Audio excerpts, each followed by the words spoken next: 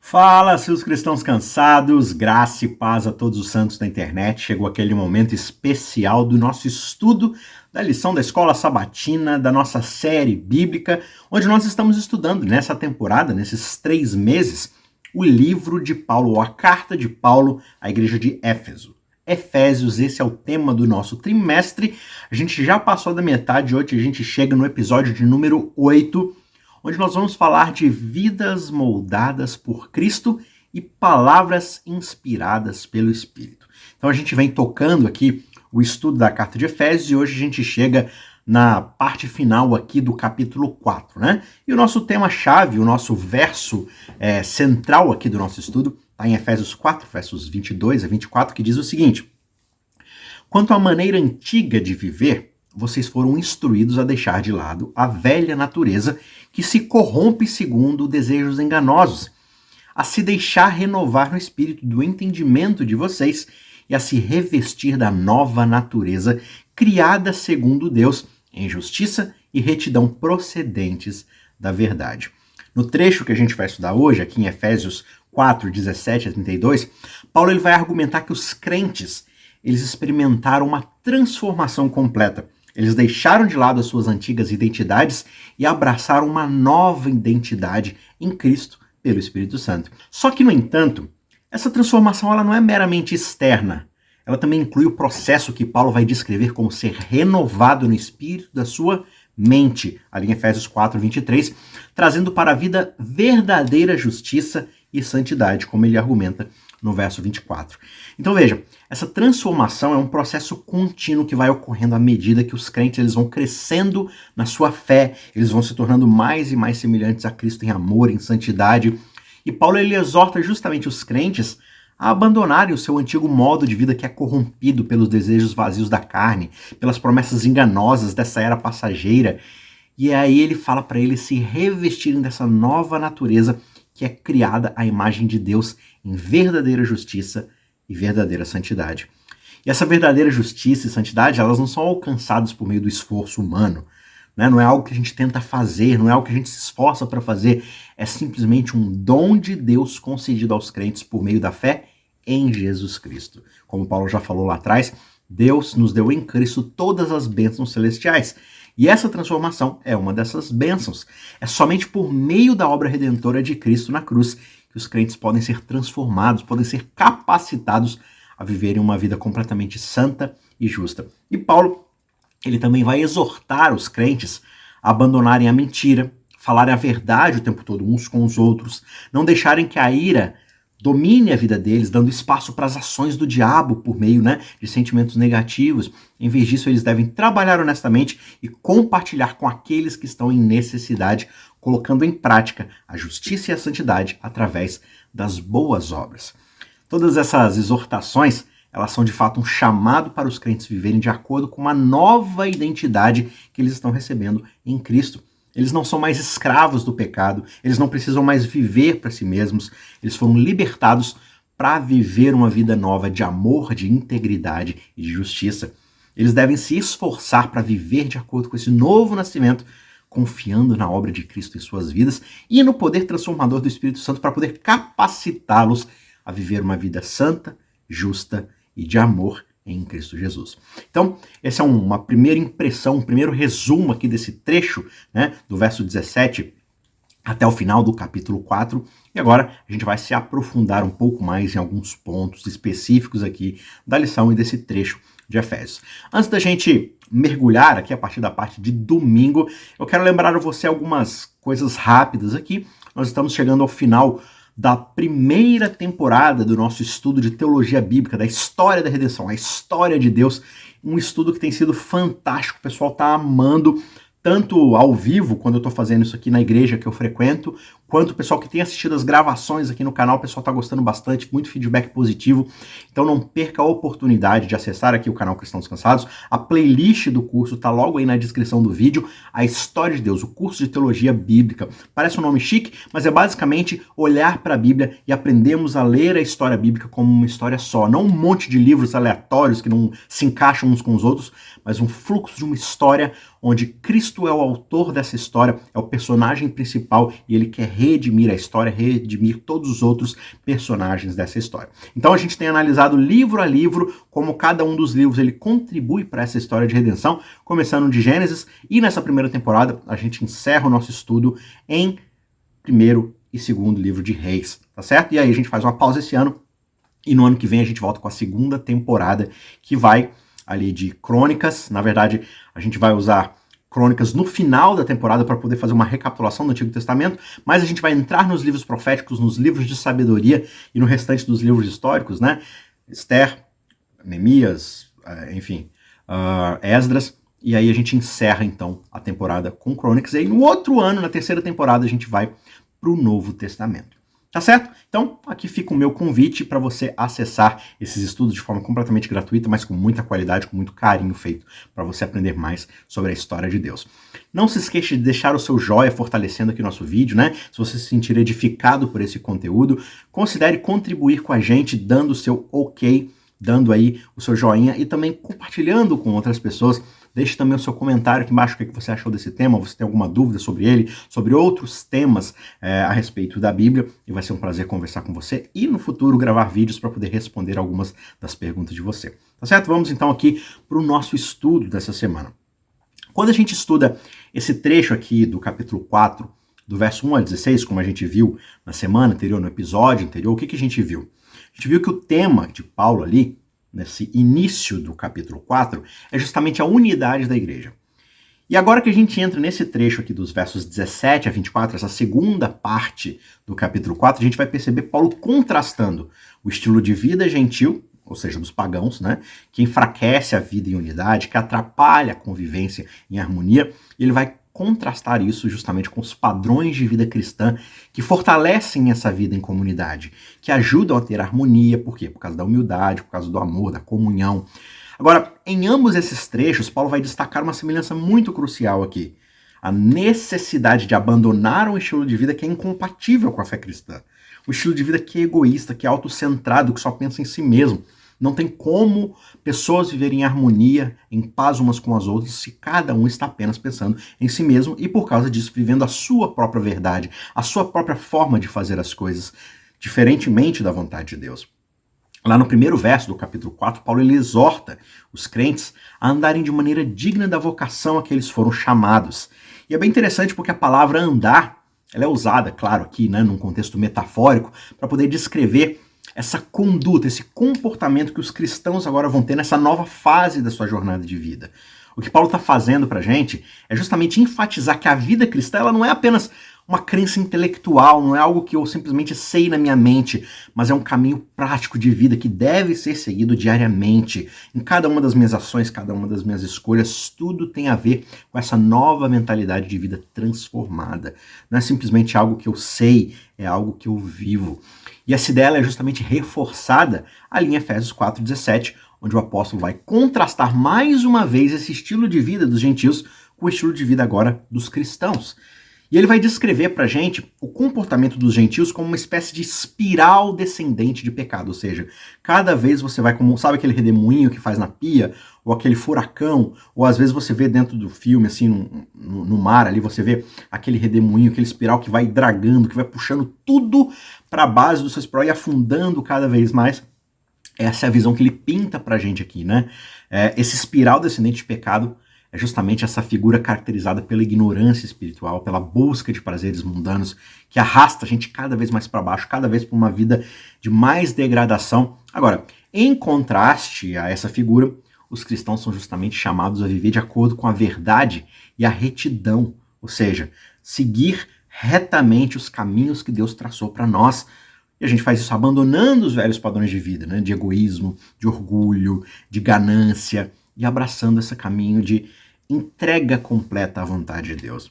A escolha de Paulo aqui em usar essa palavra andar para descrever a vida cristã, essa jornada cristã, é muito significativa, porque a caminhada, essa ideia de caminhar, de jornadear, né, implica justamente num movimento constante. É um progresso contínuo que vai nessa direção de maturidade espiritual. A gente não fica acomodado. A gente não fica parado esperando as coisas acontecerem.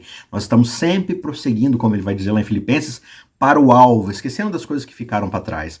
Então, assim como uma caminhada requer esforço, requer perseverança, ter uma direção muito bem traçada, a vida cristã também vai exigir esse tipo de compromisso, esse tipo de dedicação da nossa parte.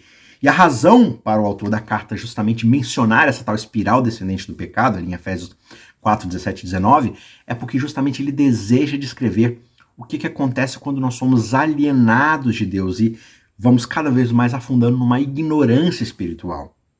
Né? Nós, em vez de seguirmos reto nesse caminho, a gente desvia da rota e se perde cada vez mais, fica cada vez mais longe do nosso destino. E os gentios que não conhecem a verdade sobre quem Deus é, né, o seu amor, a sua justiça, a sua vontade para a nossa vida, eles vão viver de acordo com seus próprios desejos carnais, né? Ou seja, eles são escravos do pecado, escravos das suas próprias vontades. E por causa disso eles estavam afastados da vida de Deus e não tinham nenhuma orientação do Espírito Santo para viver uma vida de santidade. E aí dentro desse círculo vicioso, sem a intervenção divina, eles cada vez iriam se afastar mais e mais de Deus, trilhando um caminho perdido de morte, de destruição, de miséria. Só que aí, no entanto, Paulo vai enfatizar pra gente que a transformação começa justamente com Deus, ou com o Espírito Santo, que é Deus, operando uma mudança de pensamento, tem a ver com uma transformação da nossa cognição. Ele vai dizer isso aos crentes ali em Efésios 4, 20 a 24, que eles devem aprender de Cristo, olhar para Cristo e entender o que Deus espera do ser humano, porque Cristo foi o homem perfeito. E nesse processo de contemplação do caráter de Jesus Cristo, eles serão renovados no seu modo de pensar. Por quê? Porque eles vão aprender a pensar como Cristo pensa, ou seja, se entregando, se humilhando, abrindo mão de si mesmo, abrindo mão de qualquer egoísmo, de qualquer orgulho, de qualquer ganância, de qualquer forma de adulação própria, né? Então, para os pagãos, para os gentios que querem se tornar cristãos, isso vai implicar, de fato, abandonar esses velhos padrões de pensamento, né, dessa vida egoísta e centrada em si mesmo, para adotar essa nova mentalidade baseada na verdade sobre quem Deus é.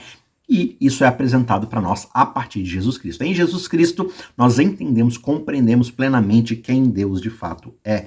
Ao olharmos para Cristo, nós sabemos como Deus age. Ao olharmos para o seu amor, para a sua misericórdia, para a sua entrega, nós sabemos exatamente quem Deus é. E somente quando a nossa mente é renovada pela palavra de Deus, que nos revela quem é Jesus Cristo, que nos revela quem é Deus, aí sim a transformação do nosso comportamento vai ocorrer externamente.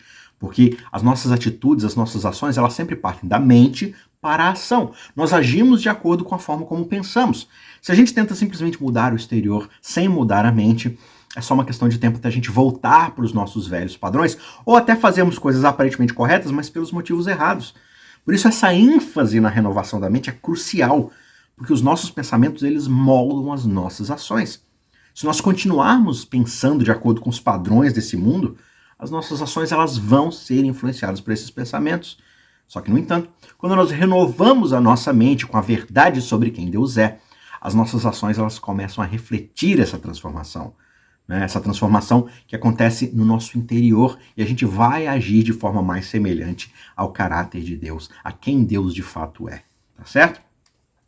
Então veja, como a gente acabou de ver aqui, quando alguém se entrega de fato a Cristo, a sua mente é renovada e é transformada. E aí a pessoa vai passar a ver o mundo de uma maneira totalmente diferente, com uma nova perspectiva.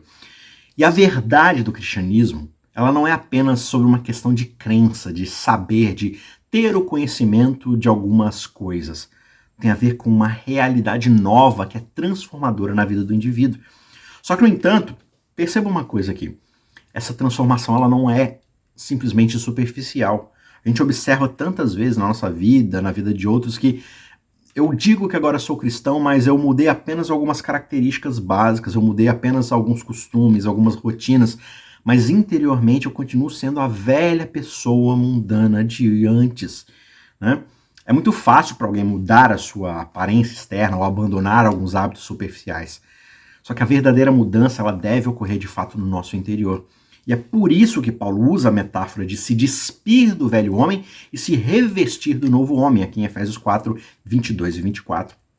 Veja, por mais que a vestimenta seja necessariamente uma questão externa, ele usa essa figura de linguagem, na verdade, para ilustrar que a transformação verdadeira ela deve ocorrer no nosso interior, na nossa mente, no nosso coração, no centro das nossas vontades, dos nossos desejos. Essa metáfora de se despir, de se revestir, né, do velho homem para o novo homem, ela era também muito significativa naquela cultura do primeiro século, para quem Paulo está escrevendo, né? Naquela época as pessoas, elas mudavam de roupa justamente para poder indicar uma mudança de status, de posição social, né? Por exemplo, óbvio, né? Um escravo que fosse libertado, ele ia mudar de roupa para o tipo de roupa que iria indicar que agora ele era um homem livre, né? Ele tinha mais status agora, ele fazia parte de uma aceitação social. Alguém que se tornou rico ou muito importante, logicamente, passaria a usar roupas condizentes com esse novo grupo social que ele passaria a frequentar. Isso é realidade até hoje, né? A gente gosta de se vestir para pertencer a uma determinada realidade, a uma determinada comunidade, sociedade. E da mesma forma, quando alguém se tornava cristão, essa pessoa mudava de roupa.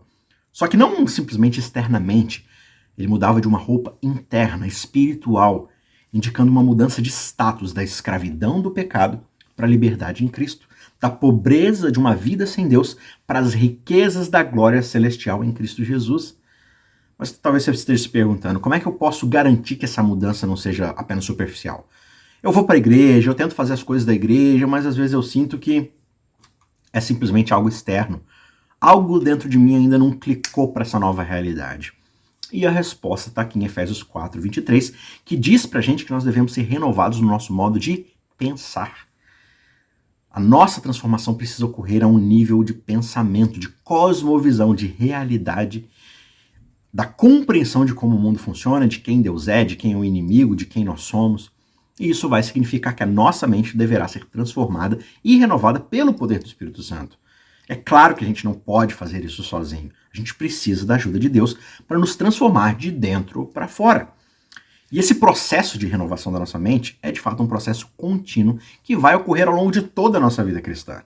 E aí, à medida que a gente vai se entregando a Deus e permitindo que Ele trabalhe em nós, aí a nossa mente vai ser transformada e renovada dia após dia.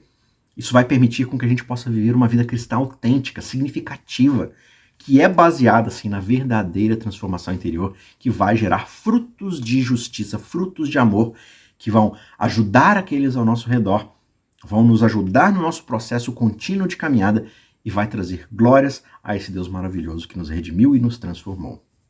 Passando aqui para a parte de terça-feira, a gente observa uma estrutura aqui no texto de Efésios 4, 25 a 32. Né? Essa estrutura é muito significativa e apresenta para a gente uma série de exortações que Paulo vai fazer que tem uma relação completa aqui entre si, mas que elas são usadas como exemplo prático, justamente de uma vida que está sendo transformada de dentro para fora. Então veja, Paulo já explicou, olha, não adianta ter simplesmente uma mudança estética, cosmética. A mudança precisa acontecer a um nível mental. Aí você pensa assim, se é só um nível mental, basta simplesmente eu mudar as coisas que eu acredito. Sim, você precisa ter uma transformação na forma como você acredita e nas coisas que você acredita. Só que agora Paulo vai elencar uma quantidade aqui de exemplos práticos do que vai acontecer com as coisas externas, com a sua postura, com o seu modo de agir, uma vez que a sua mente tenha sido transformada pelo Espírito Santo com a verdade sobre quem Cristo é.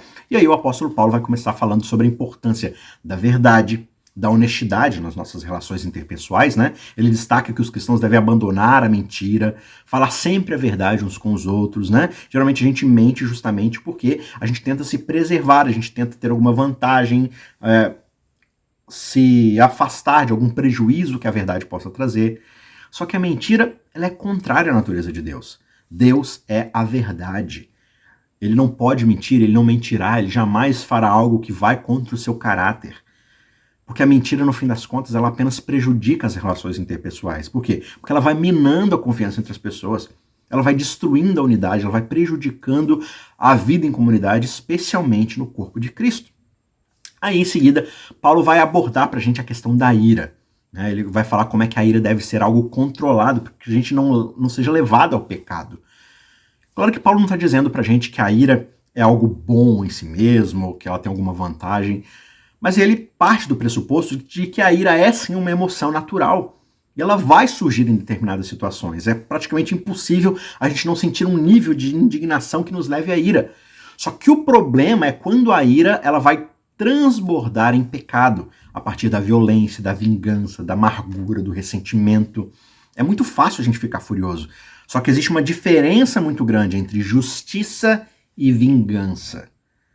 O crente ele deve confiar que na hora certa Deus vai agir para que não se prolongue nesses sentimentos negativos de amargura, de vingança, de violência, porque a partir desses sentimentos cultivados na nossa mente, Satanás terá mais espaço para poder agir e nos tentar a fazer algo que é contra a vontade de Deus, que não tem nada a ver com o caráter sobre quem Deus é. O apóstolo segue, então, mencionando a importância do trabalho honesto. Só que ele também frisa uma questão muito importante que parece que está em falta na nossa vida hoje, que é a ideia da generosidade. Essa exortação ela é muito importante, porque ela mostra que a transformação que Cristo opera na vida dos cristãos, né, daqueles que têm essa nova vida em Cristo, ela vai se manifestar em atitudes concretas. Então veja, Paulo fala, olha, aquele que pode trabalhe honestamente, né, para poder merecer aquilo que ele vai ganhar. Só que veja bem, o fato de você ter merecido o que ganhou não significa que você não possa compartilhar o que você ganhou com aqueles que precisam. Alguém transformado não apenas vai invejar ou parar de... né? Alguém que é transformado, ele não vai apenas parar de invejar ou de desejar aquilo que é do outro, né? Ou querer se apropriar do que é do outro, roubando, furtando, passando a perna, enganando, mas ele vai olhar para aquilo que já é seu, que ele conquistou como fruto do seu trabalho e vai enxergar instrumentos para trazer alegria, alívio, conforto, consolo para os outros. Então veja, mereça o que você vai ganhar. Trabalhe com afinco, ganhe aquilo que é seu e desfrute do que é seu. Mas não viva simplesmente para você mesmo. Não ache que tudo aquilo ali é simplesmente para poder alimentar o seu bel prazer. Enxergue aquilo como uma ferramenta, uma oportunidade que Deus te deu para levar bênção, levar misericórdia e, por que não, salvação para as outras pessoas também. E aí, por fim, Paulo ele vai alertar a gente contra a linguagem obscena nas nossas conversas, né? A amargura que vai ser cultivada no nosso coração por causa, né, das nossas tendências pecaminosas. A transformação que Cristo opera na nossa mente, ela se manifesta também na forma como a gente se comunica. Ao invés da gente usar o dom da comunicação para poder atacar outras pessoas, para ferir, para diminuir, né, para poder destruir reputações, para poder falar mal das pessoas, seja frontalmente ou pelas costas, a gente deve lembrar que nossas palavras devem servir para edificar, para transmitir graça, misericórdia, salvação aos outros. Então veja, com esses poucos, mas essenciais exemplos, a gente já consegue ver como é que a transformação que Cristo opera na mente e na vida dos cristãos vai se manifestar em atitudes concretas. Não só em particular, mas especialmente na forma como a gente se relaciona uns com os outros. O papel do Espírito Santo na comunidade é de garantir que essas transformações elas tenham plenitude, né? O Espírito Santo quer agir na comunidade dos crentes e essa ideia do Espírito Santo trabalhando vai ser um tema muito central aqui na carta de Paulo aos Efésios, especialmente aqui no capítulo 4, quando a gente chega nos versos 30 e 31, Paulo vai advertir os crentes a não entristecerem o Espírito Santo de Deus, com o qual ele diz, nós fomos selados. Só que o que isso significa exatamente? Entristecer o Espírito Santo, ignorar o Espírito Santo, ser selado pelo Espírito Santo? E para a gente entender o que ele está querendo dizer, primeiro a gente precisa de fato entender qual que é o propósito ou o significado aqui desse selo que é mencionado no versículo 30. Veja, na cultura do primeiro século, ou seja, da época que Paulo está escrevendo aqui a carta, um selo nada mais era do que um carimbo oficial que era colocado num documento ou num pacote para poder marcar a sua autenticidade, a sua propriedade, né? E essa marca era distintiva e indicava quem era o dono, qual era o propósito e o objeto selado. Paulo vai usar aqui essa imagem do selo para descrever justamente o papel do Espírito Santo na vida do crente. Quando alguém crê em Jesus Cristo como seu salvador pessoal, o Espírito Santo vai vir habitar no nosso coração como um selo de propriedade divina. Isso significa que o crente ele pertence a Deus, ele é marcado como sendo propriedade de Deus. Lembra, nós somos libertados da escravidão para sermos filhos e filhas de Deus, redimidos, restaurados. Só que o selo do Espírito Santo não é simplesmente uma marca de propriedade. O Espírito Santo também é a garantia da autenticidade de que Deus está agindo em nós e ele vai cumprir as suas promessas nas nossas vidas. Por isso, a gente pode ter a certeza de que um dia nós seremos completamente redimidos, completamente glorificados em Cristo Jesus, a imagem e semelhança do Filho de Deus. Só que, no entanto, Paulo adverte os crentes a não entristecerem o Espírito Santo. E isso significa justamente que nós não podemos fazer coisas que vão desagradar a Deus e entristecer o Espírito Santo que habita em nós. Quando nós pecamos, a gente está essencialmente dizendo o quê? Deus, eu não confio na sua sabedoria, eu não confio na sua forma de governar o universo, eu não confio nas suas leis que têm a ver com o teu caráter e a tua visão sobre o mundo que o Senhor criou. Eu prefiro muito mais agir de acordo com os meus próprios caminhos, com as minhas próprias ideias, fazer as coisas do meu jeito. Basicamente, quando a gente insiste numa vida de pecado, o que a gente está fazendo é tapando os nossos ouvidos e nos recusando a ouvir a voz de Deus, ouvir simplesmente a nossa voz. E isso causa extrema tristeza ao Espírito Santo, porque isso vai nos impedir de experimentar um relacionamento com Ele e, portanto, vai nos afastar de uma vida de plenitude em Cristo. Mas por que Paulo fala especificamente sobre entristecer o Espírito Santo, ao invés de entristecer a Cristo ou entristecer o Pai? E a resposta pode ser encontrada, por exemplo, lá em Isaías 63:10. Lá o profeta ele vai falar sobre o povo de Israel entristecendo o Espírito Santo de Deus lá no deserto através de uma vida constante de rebeldia, ignorando o tempo todo as promessas de Deus. Paulo ele pode estar usando essa imagem que acontece com Moisés e o povo lá no deserto justamente para enfatizar que o Espírito Santo é uma pessoa divina e que nós podemos entristecê-lo assim como entristecemos também, né? O Pai, o Filho, Jesus Cristo, né? Então veja, como crentes, nós devemos estar sempre atentos à presença do Espírito Santo nas nossas vidas. E a gente faz isso o quê? Buscando viver de acordo com a sua vontade. E sempre que a sua voz falar, se nós pararmos para prestar atenção, a sua voz vai falar aos nossos ouvidos. E quando isso acontecer, que nós possamos confiar, seguir e obedecer os seus conselhos, né? Que são impressos na nossa mente e no nosso coração também. Ao invés de simplesmente agirmos com rebeldia e buscarmos fazer a nossa própria vontade. Indo para o verso 31, Paulo vai falar para a gente que nós devemos nos livrar de toda amargura, de toda raiva, ira, gritaria, maledicência. Por quê? Porque esses são justamente comportamentos que não agradam a Deus. Porque não tem nada a ver com seu caráter, né? E definitivamente esses comportamentos prejudicam os nossos relacionamentos com os outros.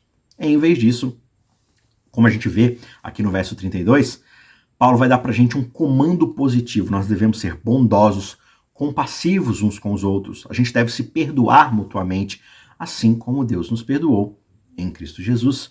E a razão para esse comando é muito clara. Deus já nos perdoou em Cristo. E por isso agora nós também devemos perdoar os outros da mesma maneira.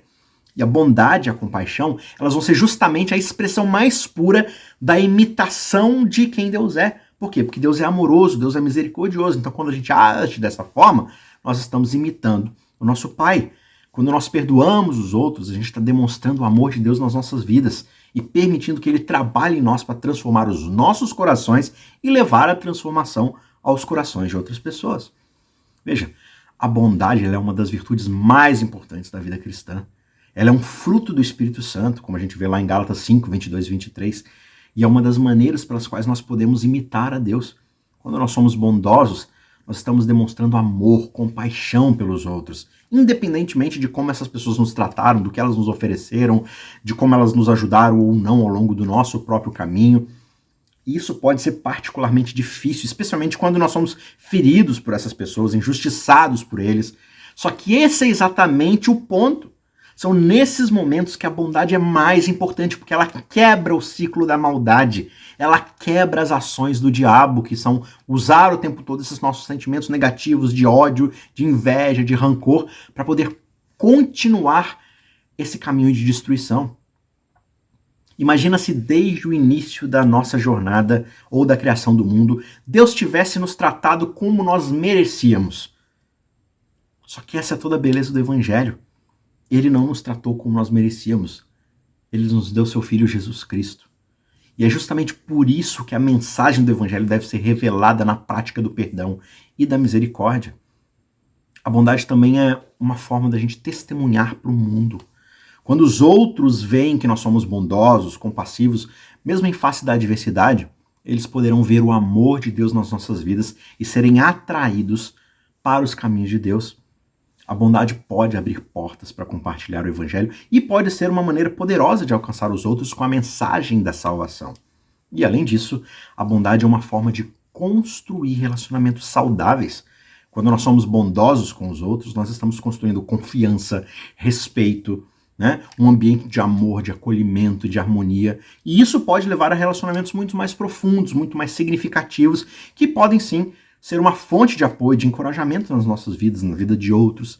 Portanto, que nós possamos ser conhecidos como pessoas bondosas, compassivas, que falam palavras de amor, de crescimento, de edificação e que refletem sim o amor de Deus em tudo aquilo que nós fazemos para sua honra e para sua glória. E para concluir, a ideia de sexta-feira aqui é de que, veja, Éfeso, né? Era uma cidade muito importante naquela época. Era um centro comercial, cultural, só que também acabava sendo um lugar de muita idolatria, de moralidade sexual e de comportamento, né? Tudo isso era muito comum naquela época.